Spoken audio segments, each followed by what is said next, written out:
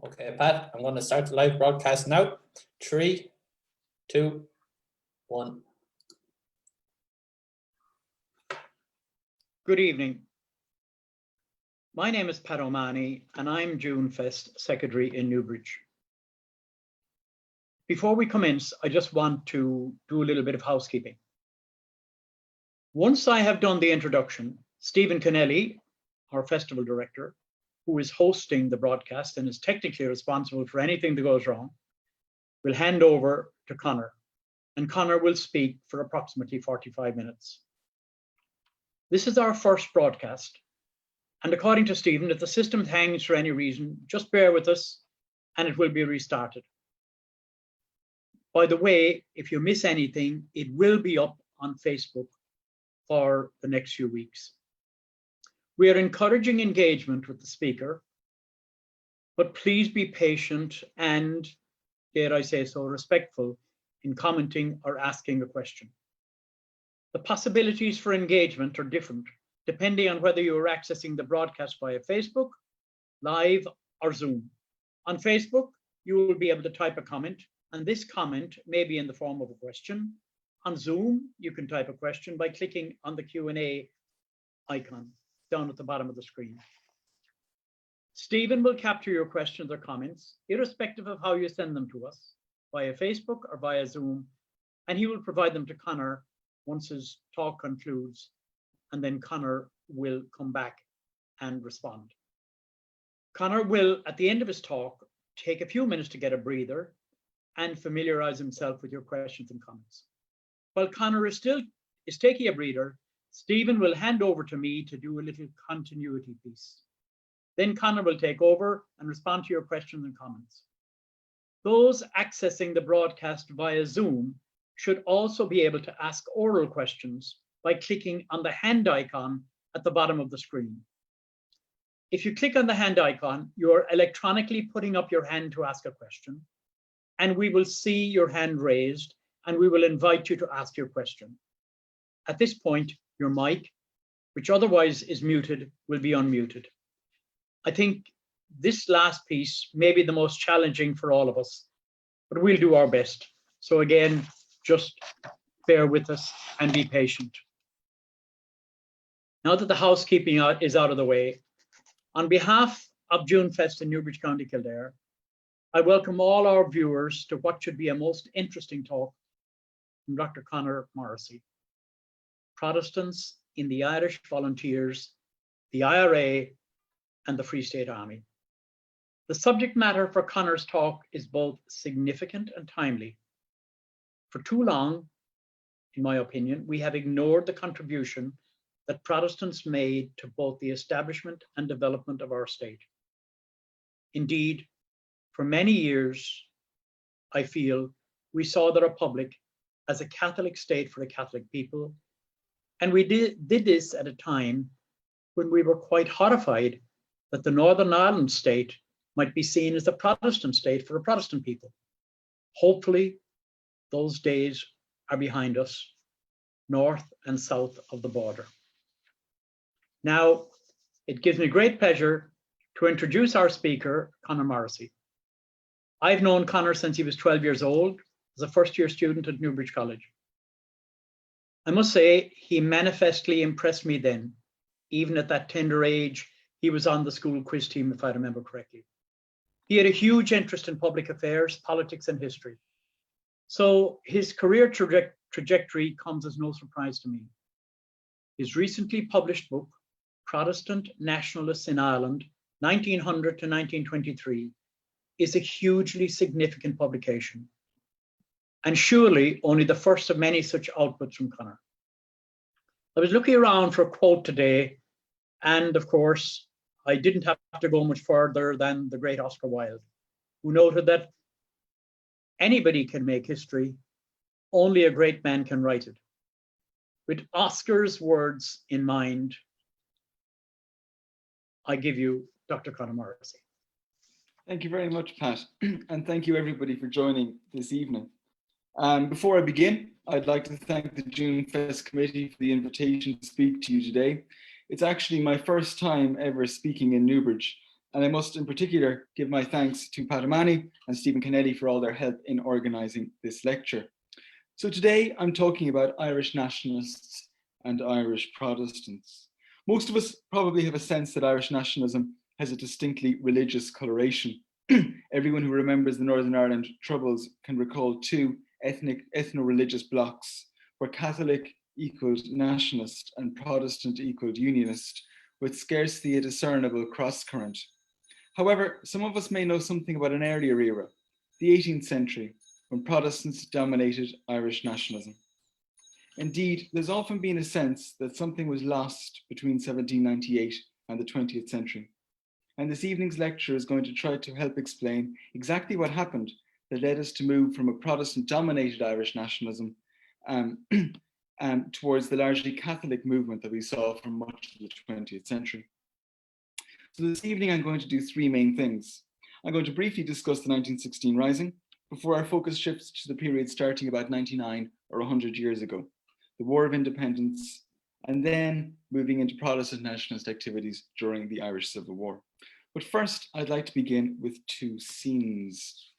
The first is, as you can see, Sir Roger Casement on the 2nd of August 1916, just one day before his execution. Casement, who had lived his life as a rather disengaged member of the Church of Ireland, expressed his desire to convert to Catholicism. This proved trickier than expected. The Archbishop of Westminster insisted that Casement express sorrow for his actions, i.e., for seeking German aid for a rebellion. This Casement refused to do. However, in the course of discussion with the prisoner, the chaplain discovered that Casement had in fact been secretly baptized a Catholic by his mother when he was a child. This changed things entirely. Casement merely had to be reconciled to the faith, of which, according to Catholic teaching, he had always been a member. In a final apologia before his execution, Casement explained his decision to die a Catholic. He said, "In Protestant coldness, I could not find what I was looking for, but I saw it in the faces of the Irish. Now I know what it was I loved in them, the chivalry of Christ speaking through human eyes." Casement is sometimes portrayed as a figure whose conversion to Catholicism was inevitable. In fact, this was not the case. Casement had viewed himself very much as a Protestant nationalist and had spent much of the period 1912 to 1914 largely unsuccessfully seeking to promote national sentiment among his co-religionists, and in particular among Ulster Protestants. Something had happened in the previous 2 years, or indeed in the previous 4 months, to alienate him from the Protestant faith and to view Catholicism and republicanism as entwined. The second scene takes us to a period about 7 years later, during the middle of the Irish Civil War. A Protestant clergyman recalled one curious incident that happened late one night in County Wexford. The clergyman in his memoirs writes this: "The Roman Catholic Church threw its weight on the side of the Cosgrave party. There were among its members those who favoured a republic, and some of these men were quite definitely anti-clerical and resented what was to them the leaning of the bishops. This feeling took on a strange form sometimes. Once, when a group of Republicans called on a country rector in the town of Ferns, they inquired on what terms they could be admitted to the Church of Ireland." By the way, this is a contemporary postcard, roughly contemporary postcard of Ferns Cathedral, which I believe is classed as the smallest cathedral in Europe. There might be something to think about in this recollection. On the one hand, you have Roger Casement, a Protestant, not merely converting to Catholicism, but seeming to conflate being Catholic with being Irish. On the other hand, only a couple of years later, we see a group of Republicans fed up with clerical influence in their politics and willing to convert in the other direction. When it comes to Irish history, things are rarely neat and tidy. There has long been a Protestant Republican tradition in Ireland. In 1791, the Society of United Irishmen, which sought to substitute the common name of Irishman in the place of denominations of Catholic, Protestant, and Dissenter, was founded in Belfast. Only Protestants attended its first meeting. 2 members of the Church of Ireland, including Theobald Wolfe Tone and 9 Presbyterians. The United Irishmen Rebellion of 1798, which sought to replace British rule with an independent republic, had a substantially Protestant leadership. Likewise, the Young Ireland political and cultural nationalist movement, which led to the rebellion of 1848, included many Protestant members, several of whom were educated in Trinity. In terms of cultural nationalism, Douglas Hyde, who co-founded the Gaelic League in 1893, was the son of a Church of Ireland clergyman from Roscommon. And the first 3 leaders of the Home Rule movement, Isaac Butt, William Shaw, and of course, most famously, Charles Stewart Parnell, were all Protestants, all members of the Church of Ireland. But today we're talking about Protestant rebels, those who fought in the Irish Volunteers, which had developed from about 1919 would develop into the Irish Republican Army, in Cumann na mBan, the women's unit, as well as the Republican anti-treaty forces in the Civil War. By 1916, the days of large-scale Protestant involvement in Irish nationalism were largely past, and these men and women were part of a minority. And in discussing some of these individuals today, we can come to understand how this change came about. So let's talk briefly about motivation. What motivated Protestant rebels? I have identified 3 major strands of thinking. First of all, there was a long strain of nationalism or patriotism within Irish Protestantism. Numerous Protestant nationalists took immense pride in any family connection with 18th century patriotism or with 1798. To take 2 examples from among dozens, Joseph Francis Biggar, who's pictured here on my left in traditional Gaelic garb at the time, developed a fascination for his grandfather, David Biggar, who'd been a well-known volunteer in the 1770s and the 1780s. The poet Alice Milligan, also photographed, likewise emphasized the fact that one of her great-grandfathers and 5 of his sons had risen in 1798. These Ulster Protestants had a tendency to elide over their family's 19th century experience, so not much interest in the famine or in evictions, for example, and instead to highlight ancestral involvement in the 18th century patriot or rebel traditions. Likewise, they did little to highlight perhaps the penal laws, for example.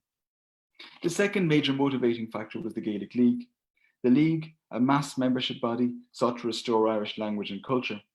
In encouraging young Irish men and women to cherish the language, it led some members to advocate an Ireland free of British rule, as well as British cultural influences. Almost every Protestant nationalist discussed in this lecture was in some way involved in the League. Its importance to the creation of the Irish state was enormous. And thirdly, and this has been highlighted by several historians, including S.L. Lyons and Oliver McDonough, was a sense that the British connection had become unstable and that Irish Protestants ought to take part in the nationalist movement and even play a role in shaping its direction. Certainly, throughout the 19th century, it became more and more clear that nationalism was a largely Catholic phenomenon, despite the presence of Protestants in positions of leadership. So an attempt by individual Protestants and later network Protestants to actually become engaged in Irish nationalism and to effect a change in its direction. Several scholars have suggested that it was the 1916 Rising itself that was the transformative moment in which Catholicism and republicanism became truly entwined, a baptism perhaps prompted by the spilling of heroic rebel and Catholic blood. I believe, in fact, that this synthesis took place a little earlier, between 1913 and 1915, with the creation of the Irish Volunteers. This is a picture of early Irish Volunteers from, I think, 1915. The Irish Volunteers, the first mass membership advanced nationalist organisation which met in the open, seems to have begun to have prompted a Protestant distancing from republicanism. Previously, Irish advanced nationalism or Irish republicanism was conspiratorial, even elitist, with meetings often held in intimate surroundings. But this was an enormous organisation with a huge rural base, I beg your pardon, and this was entirely different. Protestants had been quite comfortable attending meetings of, for example, Arthur Griffith's original Sinn Féin. But in the Irish Volunteers, little attempt was made to separate religion and politics. For example, Catholic clergy had generally been opposed to the secret oath-bound Fenian Brotherhood. By contrast, Catholic priests were prevalent in presiding over Irish volunteer demonstrations, and a large number acted as patrons of volunteer units. This underlined the denominational profile of members and must have contributed to the small number of Protestants who enlisted in the rank and file of the volunteers. They seem to have been more common among officers in the volunteers, though. The 1916 Rising was certainly a moment in which the religious coloration of Irish nationalism was becoming clear. By Easter 1916, several influential Protestants had already parted company from the rebels. The most famous example is Bulmer Hobson. Outraged that the military council had planned a preemptive rebellion, he sought to prevent the rising. He was detained or kidnapped by his former comrades until he could do no more damage. He would take no further part in nationalist politics. Others who were already alienated included the playwright Sean O'Casey, who had resigned from the Irish Nationalist Army following a disagreement with Countess Markievicz. Markievicz, by the way, wanted to combine her membership of a socialist unit, the ICA, with her presidency of Cumann na mBan, the women's unit, which outraged Sean O'Casey's socialist convictions. And so of the 1,500 or so rebels who fought in Dublin, only a small number were Protestant. Were Protestant volunteers, ICA members or Cumann na mBan included George Irvine, William Scott, Kathleen Lynn, Harry Nichols, Arthur Shields, Nellie Gifford, and Alfie Cotton. The small number of active Protestant rebels, and indeed the fact that there was no Protestant signatory of the proclamation, has led to a sense that the Rising and Catholicism are combined. The decision of some Protestant rebels to convert has contributed to this perception. At least one volunteer converted during the stress of heavy fighting. Cathal McDougall was an artist, a Dublin Corporation engineer, who took part in the Rising under De Valera at Boland's Mill. While being bombarded from Beggar's Bush, a Catholic priest began to take the men's confessions. On hearing that he was not a Catholic, the priest offered to get a Protestant clergyman. But McDougall refused, and this is a quote, he would rather not have one, as they might give them away. He laid his Hoth rifle beside him, and the priest baptized him. A young volunteer whose name was Kavanagh was his godfather. Countess Markievicz, who claimed to have experienced a religious epiphany during the fighting, would convert to Catholicism while imprisoned after her surrender. Roger Casement, as we've already seen, was received into the Catholic Church the day before he was hanged. On the 29th of April, the rebels surrendered unconditionally. In the immediate aftermath, 3,500 people were arrested. Of the 90 death sentences imposed by courts martial, 15 were carried out. Roger Casement, George Irvine, and Countess Markievicz were sentenced to death. Irvine and Markievicz had their sentences commuted, and Casement was hanged after a trial. Although a large portion of those arrested were shortly released, around 1,800 were interned in Britain, principally in the Frongach camp in North Wales, as well as in various prisons. I've identified 23 Protestants among their number. The experience of Protestant prisoners is instructive, as they offer some insight into the place members of these churches would hold within the nationalist movement after the Rising. The vast majority of the men imprisoned in England after the Rising were young, Catholic, and demonstrably religious. The denominational profile of the rebel prisoners was, for certain individuals, a cause of concern. Imprisoned in Reading jail with other men believed by the British to be ringleaders, Thomas McCurtain noted in his diary that 3 of the 27 inmates, as Darrell Figgis, Ernest Blythe, and Alfred Cotton, were Protestant. This, he noted, was a very good sign. There is quite a bit of evidence for a spirit of ecumenism. Writing from prison, George Irvine requested a set of tricolour rosary beads so he could join in prayers with his Catholic fellow prisoners. The prisoners in Reading elected Darrell Figgis as their captain. Figgis had a particularly difficult personality, and they soon came to regret their decision. Very soon, like most of the prisoners there, I came to the conclusion that Figgis was no good. Ernest Blythe remembered. Ultimately, it was decided to get Figgis out of office by proposing that the office of captain should go round and that a new election should take place every month. It was decided that I should follow Figgis, lest he should allege that he was put out of office because he was a Protestant. There is evidence that the ecumenical scene described at Reading did not transmit to Frongach, and may have in fact belied apprehensions by Protestant prisoners who came into contact with large numbers of demonstrably Catholic fellow rebels. Arthur Shields, an Abbey actor from a Presbyterian background, fought with the Irish volunteers in the rising before being interned. The Catholic atmosphere in the camp disillusioned Shields and informed his decision to part company with the rebels.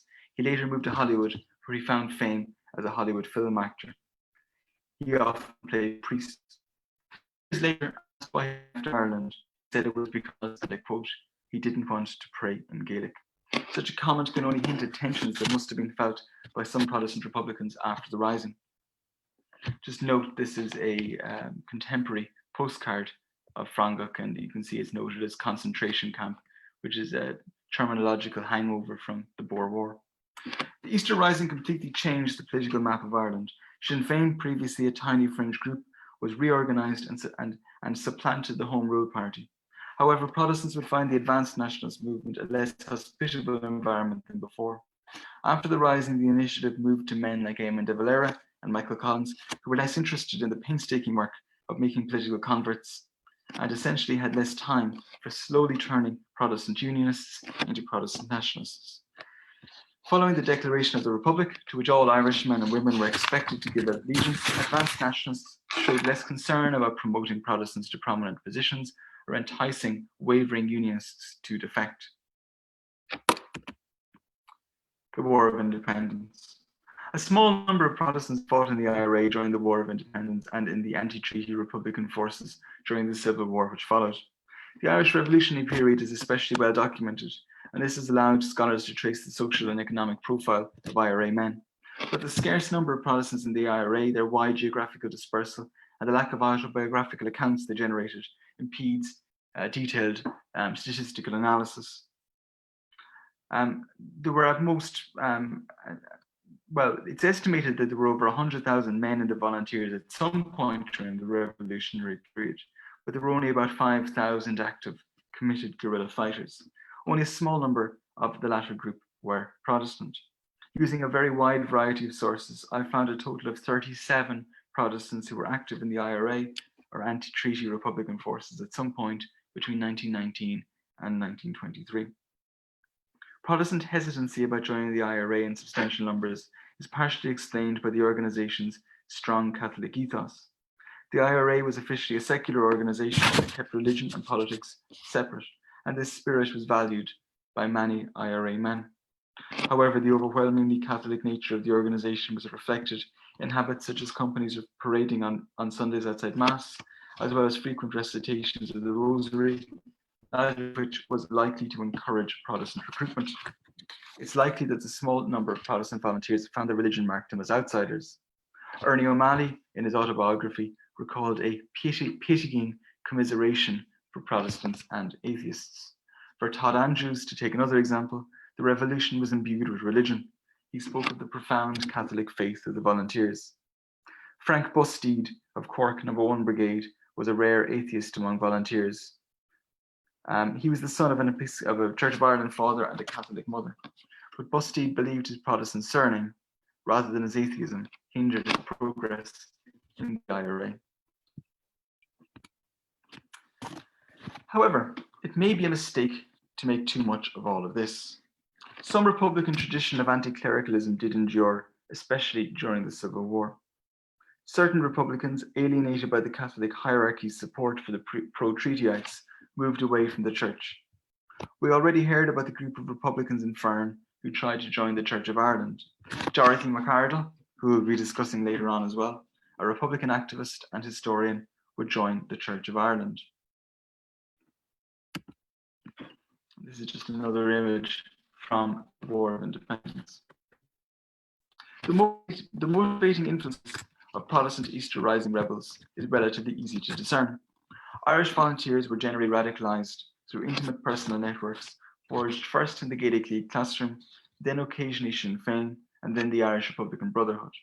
Irish citizen army members were usually urban workers, trade unionists, seduced by the promise of a socialist republic. The motivation of Protestants who fought in the War of Independence or in the Republican side in the Civil War is slightly more obscure. Certainly, of those I've identified, 7 of them were long-term Republicans, who had fought in the Easter Rising with the ICA, or the Irish Volunteers. Figures such as Elliot Elms, who fought for the ICA. Others give the impression of simply joining in with their Catholic neighbours, or acting on a personal slight against the British, or indeed wishing to take part in a grand adventure. By 1916, George and James Plant, aged 12 and 13 respectively, were beaten in custody by RIC seeking information about two local Republicans. As a result, the Plants, who came from a Church of Ireland farming family in Fethard, County Tipperary, developed a hatred for the law.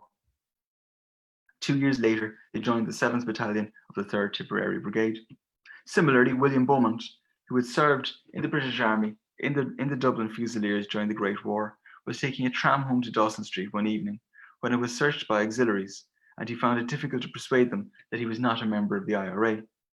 His brother Sean Beaumont recalls the following.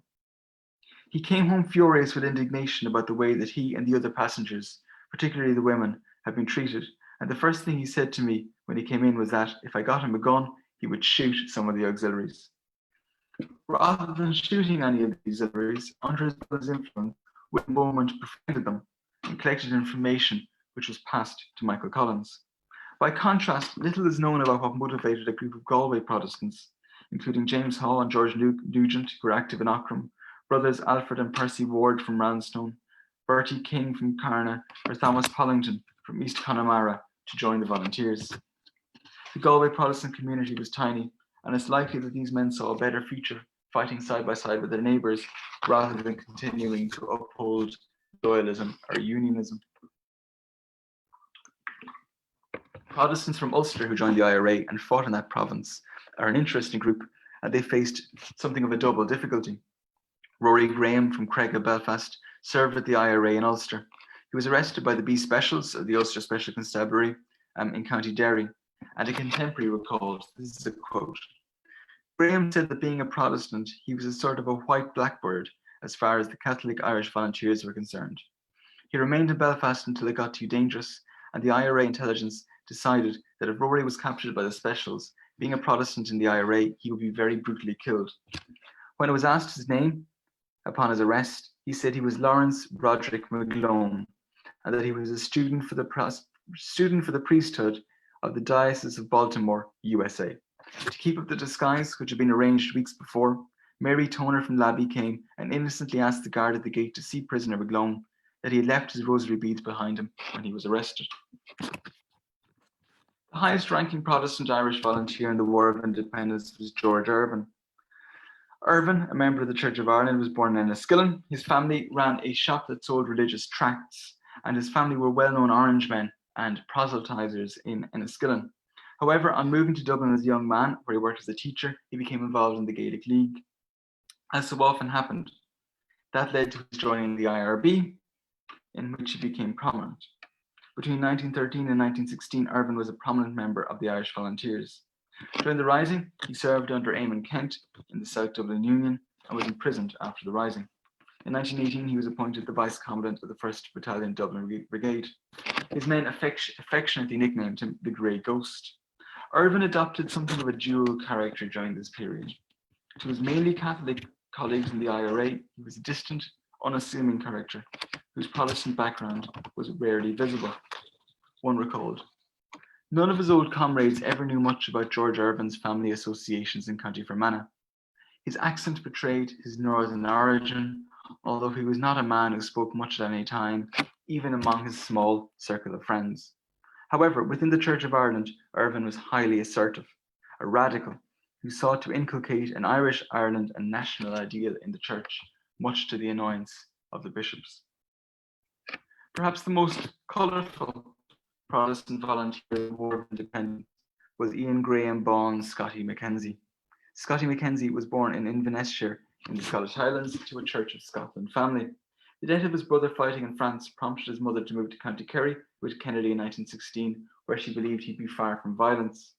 But here, Mackenzie Kennedy, a Scots Gaelic speaker and bagpiper with a deep interest in his clan heritage, immersed himself in the Irish language. He joined the Cork No. 1 Brigade based in Ballingeary and took part in a gun-running expedition to England in 1921. Figures like these were useful when it came to gun running. At some point during his time in Kerry, he converted to Catholicism. But having taken the Republican side in the Civil War, he was aged 23 when he was killed by National Army forces in Rochestown, County Cork, in August of 22. I'd like to highlight a fascinating and pretty forgotten Protestant nationalist woman. Her name is the Honourable Albinia Broderick, aka Governor Newbridge. Broderick, who was London-born from an aristocratic background, may be the most unusual figure of the entire revolutionary era. In 1903, she denounced her family, sold all her possessions, and moved from London to Sneem in South Kerry, where she changed her name to Governor Newbridge. She became a nursing leader, cooperative pioneer, land activist, and staunch Republican. But all this while her brother, Lord Middleton, led the Irish Unionist Alliance. Both siblings were acutely embarrassed by the other's politics. For example, she would respond to queries concerning him by saying, "He used to be my brother." During the War of Independence, she put her training to use to help the volunteers. At her hospital in Cardaniel, County Kerry, she offered nursing care and a safe house for men on the run. As a well-known Republican, Broderick's hospital was a frequent target of black and tan raids. After one such incident, General Neville Macready, the commander of British forces in Ireland, wrote to Lord Middleton, stating, "I was very sorry the other day that we had a slight altercation with Miss Broderick, but I'm afraid her sympathies are not altogether on our side." Another Republican from a rather upper-class background was Dorothy Stopford. After she completed her finals in medicine in Trinity in 1921, she moved to West Cork, where she became a medical officer to the IRA in the Legion, as well as lecturing on first aid to local Common Man. A friend remembered, "Dorothy Stopford disappeared from her circle, and it was only very rarely when I saw her that I knew she was onto something good, about which she never spoke." The truth was that she'd gone to be a medical officer in charge of a secret IRA cottage hospital somewhere near Kilbrittain in Tom Barry's country. The reason for her discretion was that, having passed her finals, she did not wish for her activities to come to the attention of college authorities and that they might prevent her from awarding her degree. In a series of lively letters to her mother, she described an exciting, full life in the midst of war. Her republicanism did not prevent her from befriending local Protestants, which could lead to weird contrasts. Here's one example. "I went to a work party at the rectory the other day and sewed an apron, and we had prayers and sang hymns. I was much amused. Next minute, I'm out fishing or ferreting with the IRA. You can guess which I prefer." The controversy over whether to accept the Anglo-Irish Treaty, which would create the Irish Free State, would split Sinn Féin into two separate factions and destroy the very fragile nationalist unity which had existed since 1917.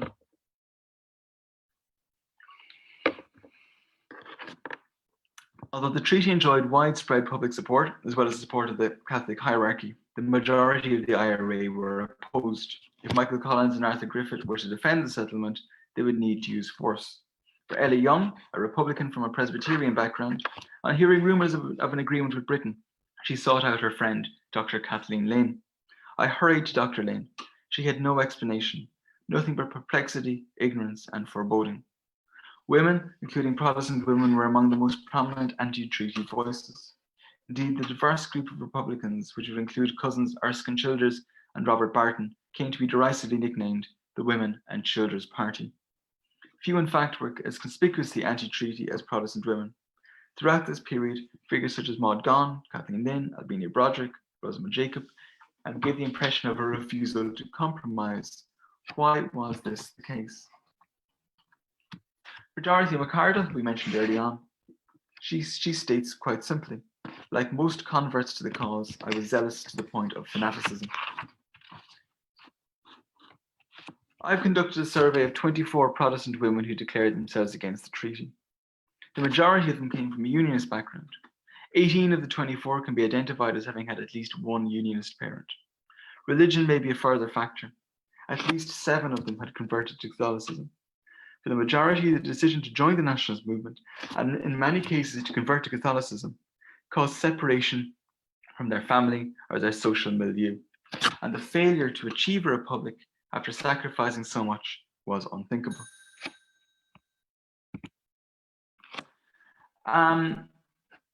One such anti-treaty act was Mabel Fitzgerald. Belfast-born Protestant nationalist and suffrage activist. She had always been a more uncompromising nationalist than her husband, Desmond Fitzgerald, the Dáil Éireann Minister for Publicity. The resulting settlement was entirely unsatisfactory for Mabel Fitzgerald. She was, in the words of a contemporary observer, an out-and-out Republican and contemplated nothing short of the Republic. Married to a government minister who had helped negotiate the agreement, with whom she had a young family, the period between the signing of the treaty and the end of the Civil War caused a personal crisis in which she contemplated leaving her husband. Only family considerations prevented her from separating from her husband. Fitzgerald did not keep her sympathies from her boys, who took their mother's side in the dispute.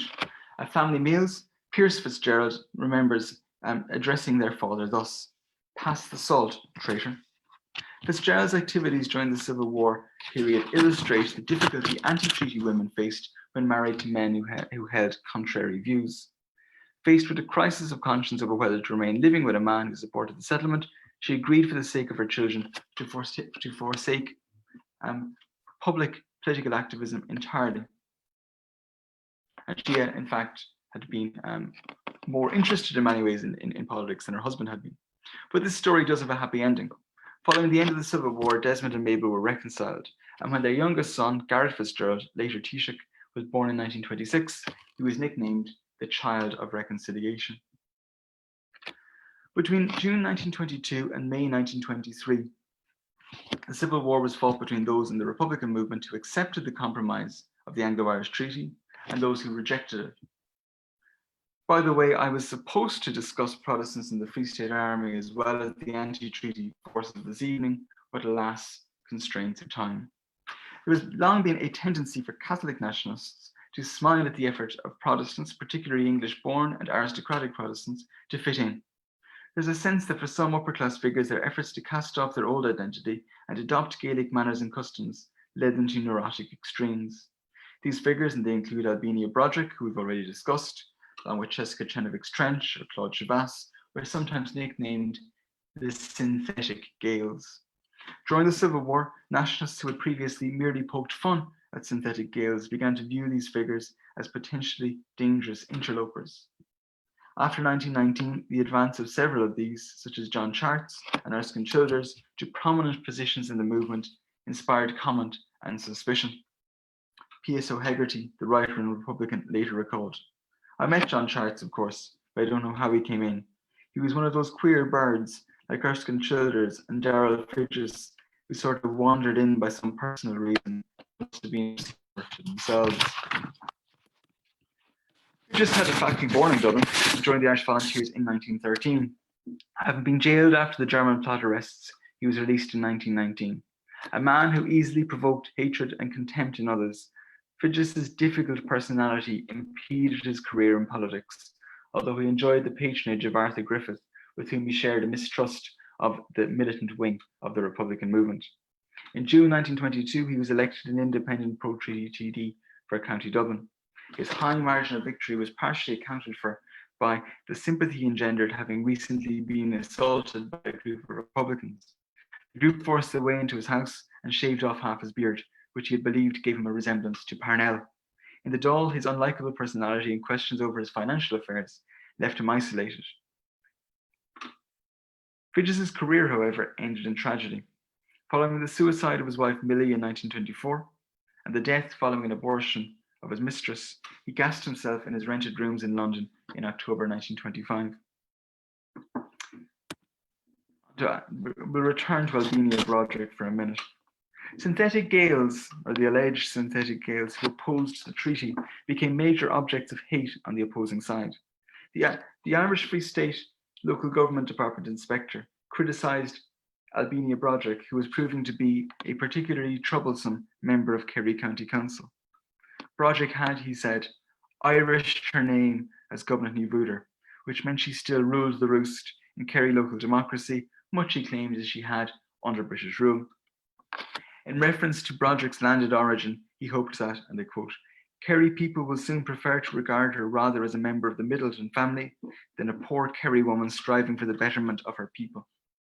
Such sentiments were typical of the views of senior Free State Army senior Free State officials about anti-treatyites with upper class and English backgrounds. Broderick would prove herself even more troublesome. During the Civil War, she continued her nursing activities, this time for Republican forces. Shortly after fighting began, she was arrested by Free State troops and held in custody in the Lansdowne Arms Hotel in Kenmare. Finding escape impossible, she demonstrated her displeasure by smashing every object in the room and throwing them out the window, including the mattress, which she had torn open. The soldiers, exasperated by her actions, pronounced her an impossible woman and simply released her. For Erskine Childers, who we haven't really mentioned yet, a number of factors, including outrage at the policy of reprisals by British forces, led him to become a doctrinaire Republican. Childers' close relationship with De Valera led to his appointment as a secretary to the treaty delegation. He fiercely opposed the settlement and sought unsuccessfully to dissuade his cousin Robert Barton from signing it. As it charts, Childers' intelligence background aroused suspicions that he was a British agent, an accusation that Arthur Griffith made in the Dáil. Griffith was famously hostile to Childers, calling him a damned Englishman. During the Civil War, Childers made a pitiable sight. The IRA men in Cork, where he fled, distrusted him as an outsider and allowed him no military role.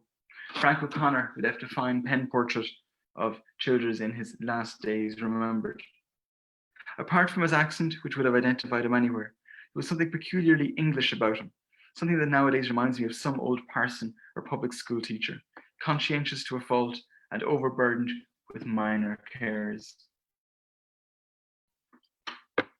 In November 1922, Childers, who had become the principal hate figure of the anti-treatyites, was arrested at Barton's residence, Glendalough House. 2 weeks later, he was executed by a National Army firing squad. In Frank O'Connor's words, in the family row, it's always the outsider who gets the blame. O'Connor was right. Outsiders such as Broderick, Childers, and Maud Gonne were frequent targets of allegations during this period. However, most of those who were impugned in such a manner were upper class and English born.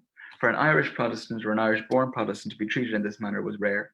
Although upper-class Republicans had admirers in the nationalist movement, both within their lifetimes and beyond, a considerable number found their interventions unwelcome, a fresh English assault on Irish liberty, cloaked in ill-fitting Republican garb. The Civil War was over. Victory came at a cost, however, to pro-treatyites. Arthur Griffith, worn out by the worries of office, died of a cerebral hemorrhage in August of 22. 10 days later, Michael Collins was killed during an anti-treaty ambush near his birthplace in County Cork. The bitterness occasioned by the Civil War was extraordinary. Dr. Kathleen Lynn, on hearing of the death of Collins, could merely say, he was beloved of a certain set.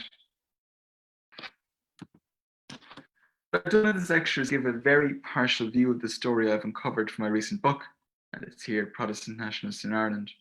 This book involved the accumulation of individual biographies of over 500 Protestant nationalists, as they passed through a total of 14 separatist organizations, which allowed me to statistically assess their involvement in Irish nationalism.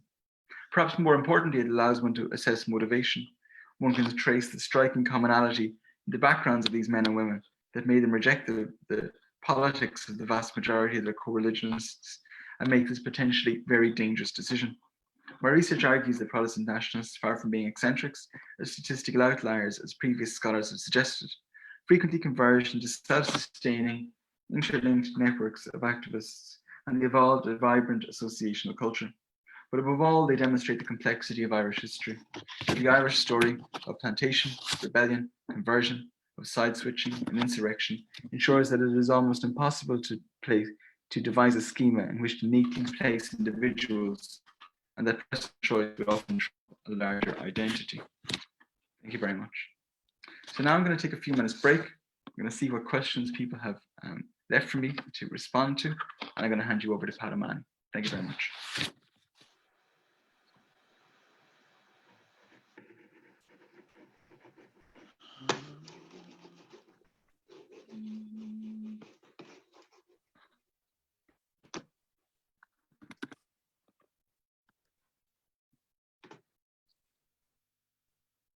Good evening. I think I'm back online again.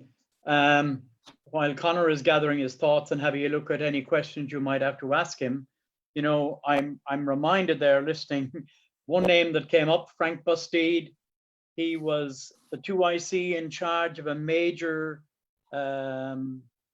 ambush that went terribly wrong at Dripsey, where I come from, in County Cork. And he certainly was a divisive figure in that area for many, many years. It's a story that remains to be told, I think, in the wider Irish community, but it is well known and well documented in Cork.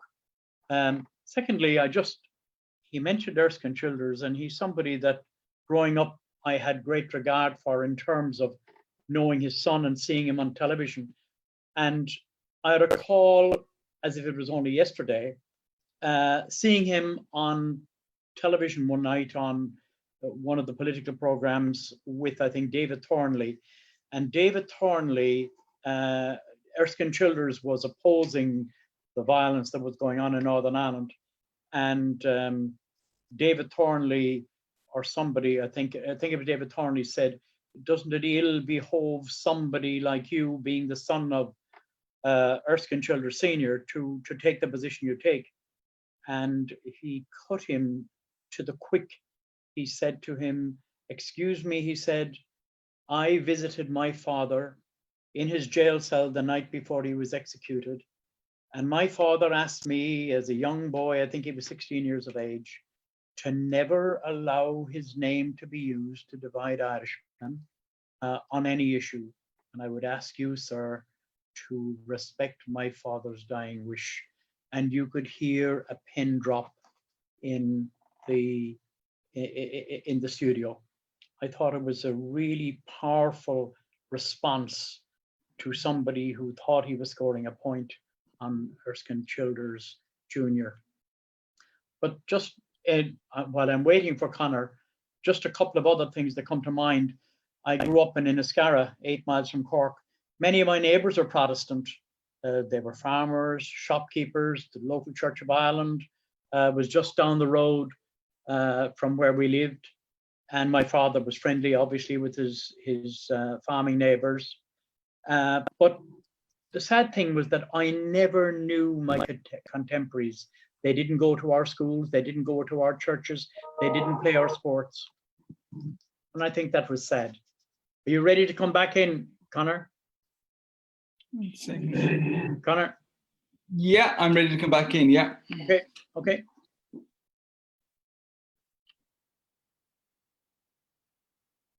Right. So from what I can see, 2 people have raised their hands, so they might like to speak, and that's Des O'Leary and Joan Lennon. I think Stephen might be able to let them in. Is that right, Stephen? Okay, Des is live there now. Great.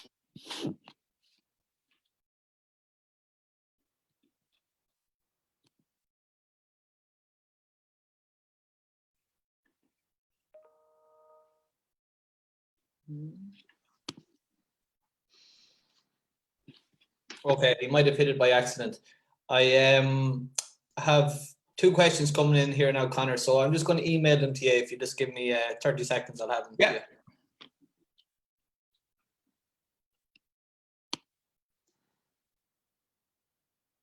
Yes, Des O'Leary is still muted, actually, but he does have his hand up. I'm going to go with a question from Eddie Burke. Eddie Burke asks, in the 1914 gun running, Childers, Conor O'Brien, Harvey de Montmorency and Gordon Shepherd participated. All served in the Great War, and Montmorency came back as an intelligence officer in the auxiliaries. How many of the Protestants were spies? That's a really, really interesting question.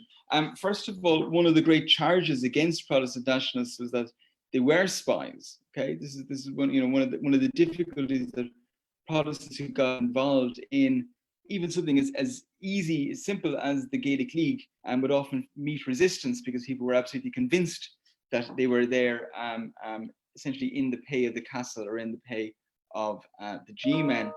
And to be honest with you, there's actually very little evidence that any of them really were spies at all. it seems to have been a sort of a charge that was frequently leveled against them, but about which there is no real evidence. The most famous example of this is John Charts, who became involved in the treaty negotiations. He worked as part of the treaty and helped negotiate the treaty. And there was always been allegations that he was himself a spy, but no evidence has ever come to light proving this. Montmorency is more interesting. Harvard and Montmorency was from, I think, from a County Wexford and County Wicklow landed family. He got involved in the host gun running, of course, but then he resigned from the volunteers, saying he'd rather be a captain in the British Army than a field marshal in the volunteers, and went and fought in the Great War, and then later came back and served in the auxiliaries, but you cannot quite say that he was a spy. He's a highly interesting figure indeed. Okay, a great question from Brian Connolly here. Hi, Conor. Very interesting lecture. Thank you. Thanks, Brian. Throughout your research, what's the most surprising fact uncovered? Oh, that is a complicated, or that's a difficult question. Let me think. I have to say, I've always been very surprised by one of the stories I actually told in this lecture, which was the fact that a delegation of IRA men turned up to a rector in Ferns, County Wexford, in the middle of the Civil War, asking for them to join the Church of Ireland. I thought that was an example of example that almost anything at all can happen in Irish history. Yeah, thanks, Brian. Anybody else? Does anybody have their hand up? I don't think so. Conor, we have a couple of more coming in on Facebook here, so I'll send them on to you now. Yeah, great.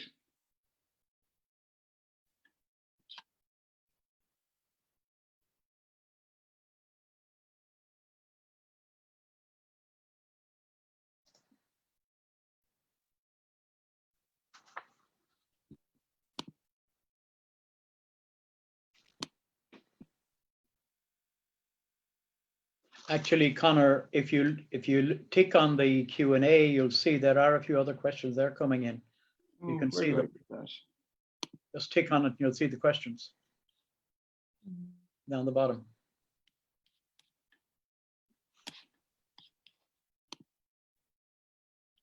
Oh, here we are. Oh, sorry. Get it now.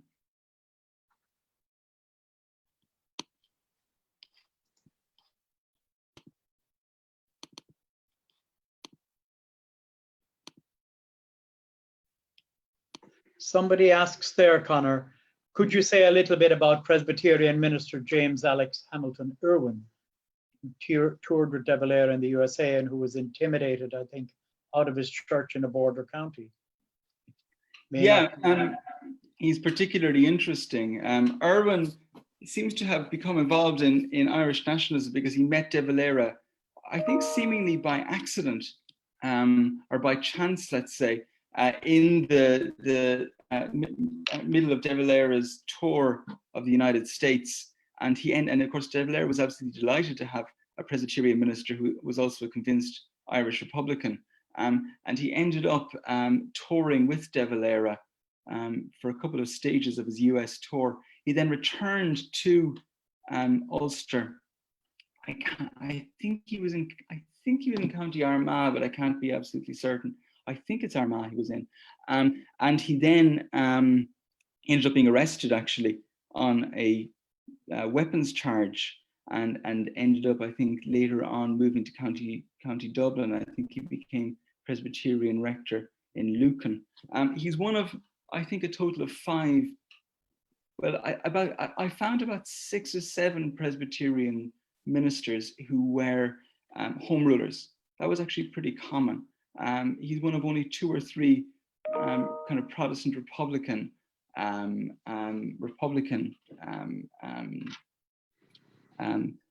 Presbyterian clergymen. In general, Irish Presbyterians, particularly in the South, were very, very hesitant about getting involved in Irish nationalism at all. Carney Cullen has an interesting question. She asks, how hard was it to gather information on Protestant nationalists and to cite the sources? Very difficult indeed. I'll tell you why. They're not a very self-reflective group, Protestant Republicans. They didn't leave a large memoir literature, which you might have expected. There are actually very few memoirs written by Protestant nationalists. And some of the memoirs that I found came to me almost accidentally. For example, in the Representative Church Body Library in Dundrum, which is the Church of Ireland Library, they've actually got a manuscript memoir by Reverend William Vandeleur, which is enormously helpful to me. It involves piecing together a mosaic of innumerable sources. You can look towards the Bureau of Military History, which is available to everybody, and then largely the radical newspapers such as Sinn Féin, the United Irishman, the Republic, the Unionists, and so on. All of them provided some little small amounts of information. Geraldine Parsons. Geraldine, hi Geraldine. She says that she's struck by the reference to Casement's comment about the chivalry of Christ and the association with Catholicism. Is there a line of thought that connected medievalism and interest in Ireland's Celtic past and Catholicism, which excluded Protestantism? Okay, that's a really interesting question. To a large extent, Protestant nationalists, when they talked about the Celtic past, they actually did so in a way because it is in a way that allows them to reach beyond the Reformation. And many Protestant nationalists, when they actually talked about the Celtic past, they were trying to open up, I think, a space where Protestants and Catholics could kind of meet together in a way that was pre-Christian religious. So in many ways, I don't think that's quite what Casement was getting at here. People that Casement knew, such as Nellie O'Brien, she was later, by 1917, 1918, she was engaged in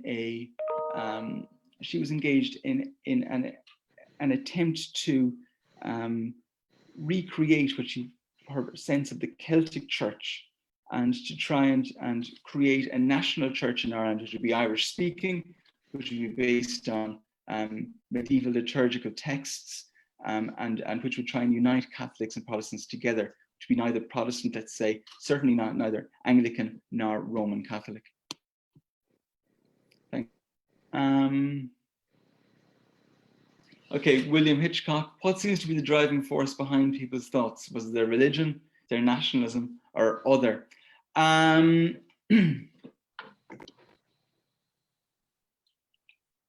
that is a very complicated question. So what's the driving force behind people's thoughts, their religion or their nationalism? What I'd say is this. I think we sometimes forget quite how important religion was in driving people and in motivating people during this time.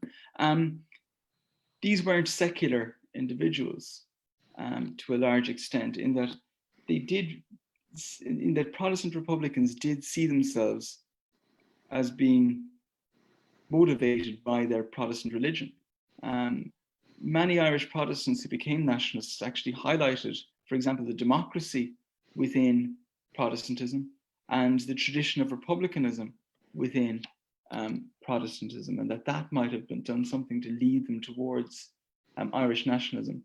Elizabeth Bloxham, who unfortunately I didn't have time to mention today, she had a lovely line in her Bureau of Military History deposition in which she says, "We were the most Protestant of all because we were protesting." Okay. Frank Holt, hi Frank. In your research, you've come across Protestants who turned Catholic, joined the IRA, interned in Franguk. Sorry, Frank Holt asks, in your research, have you come across Protestants who turned Catholic, joined Sinn Féin in the IRA, interned in Franguk, became a TD and founding member of Fianna Fáil and elected to the Dáil? Yeah, I know the guy you're talking about. What's his name again? His name escapes me. He was a a TD until 1927, I think. And I think he might, is he a member of your family? I can't remember.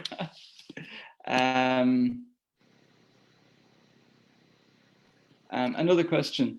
How many Anglicans, Presbyterians, Quakers were motivated by the core Republican ideals of 1798? Okay, well, this is a really interesting question as well. The idea of Catholic, Protestant and dissenter, all Irish, is used consistently. It's used, I mean, by the 1840s and 50s, almost every speech, including Home Rulers' speeches, reacts to this idea of Catholic, Protestant and dissenter. And yes, I think for lots of Irish Protestants by the turn of the century, there was a sense that the connection with Britain was unstable. There was a sense that they were coming under demographic pressure. They were coming under economic pressure. You had land purchase throughout the end of the 19th century, and then almost total land purchase by 1903. They needed to find some way to connect themselves with the new mainstream in Irish society. And of course, they could look back to core Republican ideals of 1798. But here's one of the points to remember. 1798 proposed a republic. And it's only very recently, it's only in the rather recent past that we have the idea that Catholicism and republicanism are reconcilable. In the early 1900s and up until the 1920s in many ways, to be a Republican often meant that it implied you weren't particularly Catholic. Okay? There was a sense in Ireland in the early 1900s that Catholicism lent itself towards a monarchical form of government. So many people, many Protestants in becoming Republican, or many socialists in Ireland who were from a Catholic background who became Republican, often did so with the idea in mind that in forming an Irish Republic, it would be on secular, American, or indeed French or Latin American anti-clericalist lines. That was a real line, and that was something that really did come up quite often. Jerry McDonald asks, can you tell us more about Claude Chavasse? Yeah, I'd like to tell you more about Claude Chavasse. Unfortunately, I didn't have time to include him in this paper. I talk about him quite a bit in my book. Chavasse comes from a major military family in Oxford. St. Peter's College in Oxford was founded by his family. I think one of his cousins was perhaps the only person to win the Victoria Cross twice. But Claude Chavasse is the archetypical synthetic Gael. He became interested in the Irish language in Oxford, moved to Ireland, dressed in what he thought was authentic Celtic dress, which was a kilt, and became notorious for refusing to speak English to policemen. So he was notorious for getting into conversations with members of the RIC, speaking Irish to them and insisting on speaking Irish to them until he got arrested. So I think it was one of the Kildare papers, actually, maybe the Nationalist, which described him as an Englishman masquerading as an Irishman. So in the period until about 1920, he was actually rather unpopular because he was seen as somebody who was kind of putting on an Irish sort of a guise. But later on, he kind of matured. He lived until about 1970, I think. He lived for a very long time, and he later became really involved in the Gaeltacht movement, as far as I remember. A really interesting figure, an archetypal synthetic Gael. Sullivan. He says, I'm assuming Sam Maguire was mentioned during the talk. I did not mention Sam Maguire during the talk. He died in 1920, destitute and shunned by most of his family and the Church of Ireland fraternity as a result of his nationalism. We know, of course, that he swore Clonakilty man Michael Collins into the IRB in London. You may be interested to know that over the last 2 to 3 years, the present Minister of Dunmanway, Reverend Clive Jeffers, is spearheading a campaign to put Sam Maguire back where he belongs as a local hero, and there's great work going on this project. I hadn't heard that at all. Kenneth, thank you very much for letting me know about that. Sam Maguire is particularly interesting because he's a link with the London Irish group, which was another centre for Irish nationalism, and which really did act as a sort of a magnet for Protestant nationalists as well. Collins has an interesting attitude towards these figures. He was known for squaring up to Sam Maguire and kind of putting his hand around, maybe putting his arm around Sam Maguire and saying, "You bloody West Cork Protestant, how are you getting on?" and things like that. He was far less deferential towards Protestant nationalist figures and in many ways more friendly towards Protestant nationalist figures than many other prominent Republicans during the period. Collins is an interesting figure in terms of Protestants and his attitude towards them. But yes, indeed, he did swear Michael Collins into the IRB. Any other questions? I think that's it. I think, Conor, you've got a response back there on Samuel Holt from Carrigan Shannon, died in 1929. His father from County Carbery, County Kildare. Both of his brothers RIC. Samuel Holt, name very popular in Irish history from 1798 onwards. Yes, that's right. I couldn't remember. That's right. It's very interesting. Thanks.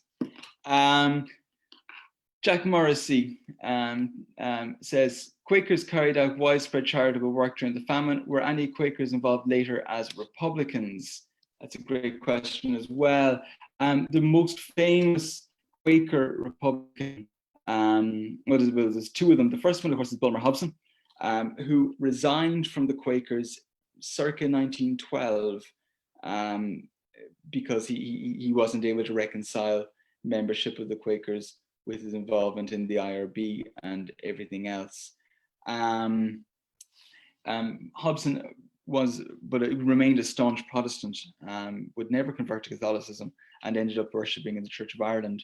The other figure who's less well known, but she really deserves a lot of attention, is Rosamond Jacob from County Waterford. Rosamond Jacob is a suffragist, a socialist, and she left the most extraordinary diary.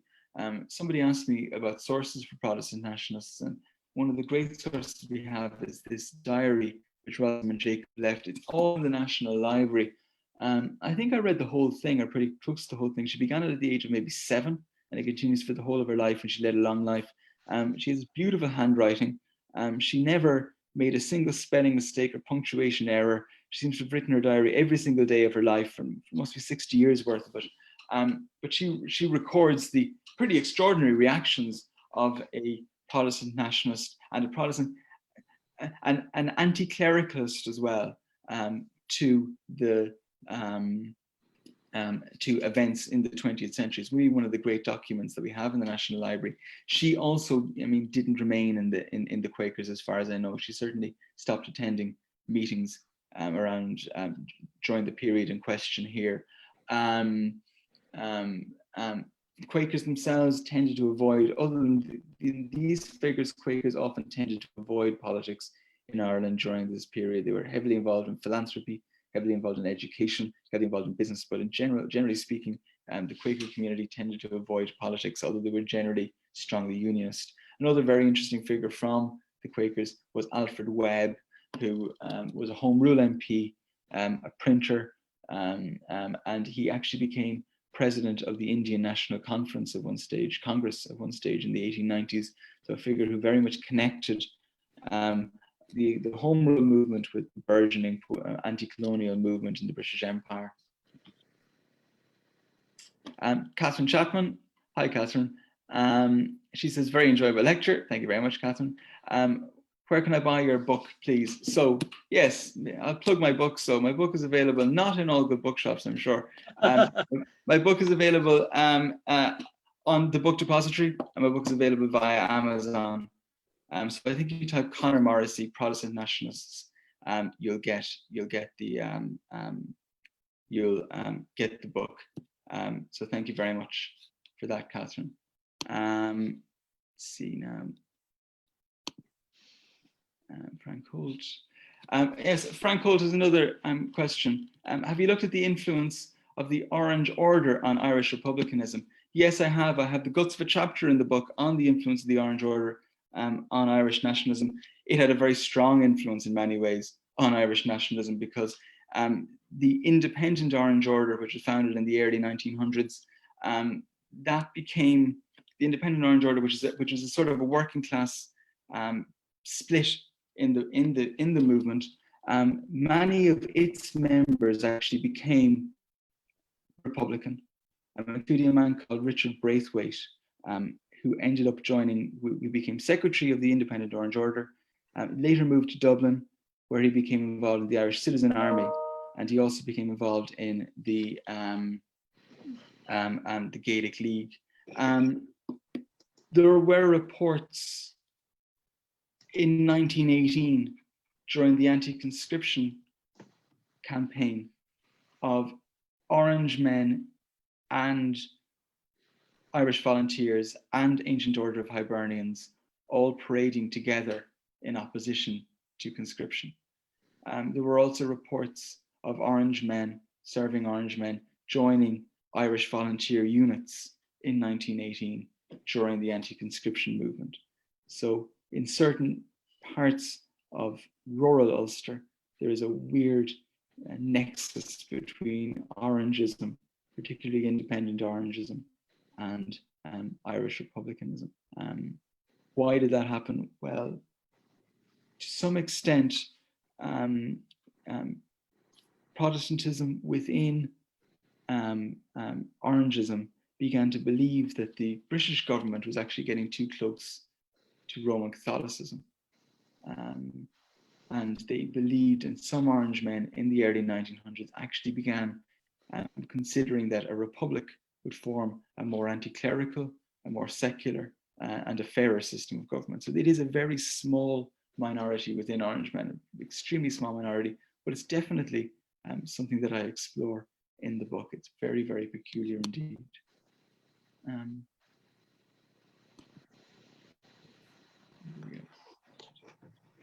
Conor, there's one question there about the GAA. I don't know if you saw it. Any comment on the role of the GAA and how it? Yes, that's Raymond Tyrrell. So GAA is particularly interesting as well. There were Protestants in the GAA, including Sam Maguire, most famously. Several Protestants in the GAA in London as well. One of the big problems with the GAA was the decision to play matches on Sunday. And numerous sources, I've been through the Church of Ireland Gazette and I found an awful lot of this evidence. Numerous Protestants who were nationalists wanted to get involved in the GAA and they actually struggled to do so because it would have broken the Sabbath. So the decision of the GAA to play on Sundays, which was a great idea because it allowed working people to actually take part in matches, and it was a decision that really led to a boom in the GAA and helped the organization get off the ground to such an extent. It definitely prevented certain members of the Protestant churches from getting involved to the extent that they should have done or that they would have done so. So you will find fewer Protestants in the GAA during this period than you might expect, but there certainly were some of them indeed. Bulmer Hobson, for example, is a figure who was heavily involved in the GAA in Ulster when he was there, very much so. There's one more. Edward Dennison here. Did you come across much of what you might call Protestant practical support for the Republic or the anti-treaty side, yet no involvement? Yes. So this was something I actually came across quite a bit. I was calling these helpers, Protestant helpers. Now, just 1 second. I'm actually going to plug my laptop in. It's about to die. 1 second. Yes, you will see in particular. Beg your pardon. On the you will see in particular helpers who gave information. So in the Bureau of Military History, which is an enormous database, I think it's got about 1,800 depositions by individuals, mostly Republicans. It's all been digitized. It's all available for free. through the Military Archives website. So if you're interested in this period at all, you should all check out the Bureau of Military History, which just has an enormous array of stories related to this period.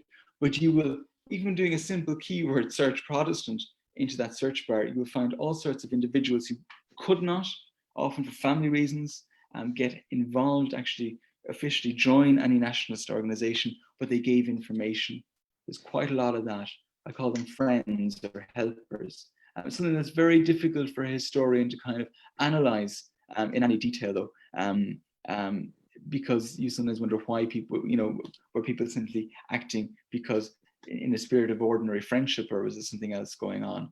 Does it suggest that they were very much sympathetic to the ideals? So I've often suspected that behind the numbers of Protestants who get involved, for example, in Sinn Féin, there's almost certainly larger numbers who show some sympathy.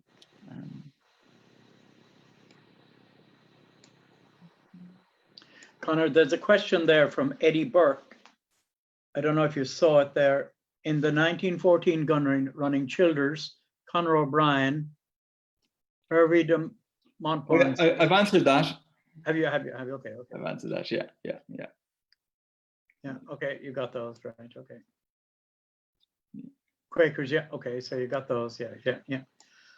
Conor, I think we probably have come to the end of our session.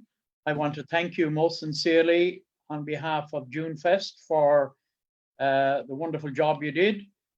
You were thrown in at the deep end there with questions coming from all angles, and it's a very challenging job. And I must say, you amazed me. So thank you very much on behalf of everybody. I'm just wondering, would there be any way that we could get a copy of your paper for tonight that I could share with people, or is that possible? I'll see what I can do. I'll see what I can do. Yeah. Okay, yeah. and you might have a look on the JuneFest Newbridge Facebook page if we have anything, and we will run other events similar to what we've done tonight in the future, hopefully. So you might just keep an eye on that page as well. Once again, thank you very much to everybody for your participation, and thanks very much, Conor. And thanks very much, Stephen. You did a great job. Thanks, everyone. Thanks, Pat. Thanks, Stephen. Bye-bye. Thanks for all your questions. Bye-bye. Bye-bye. Bye-bye. Bye-bye. Bye-bye.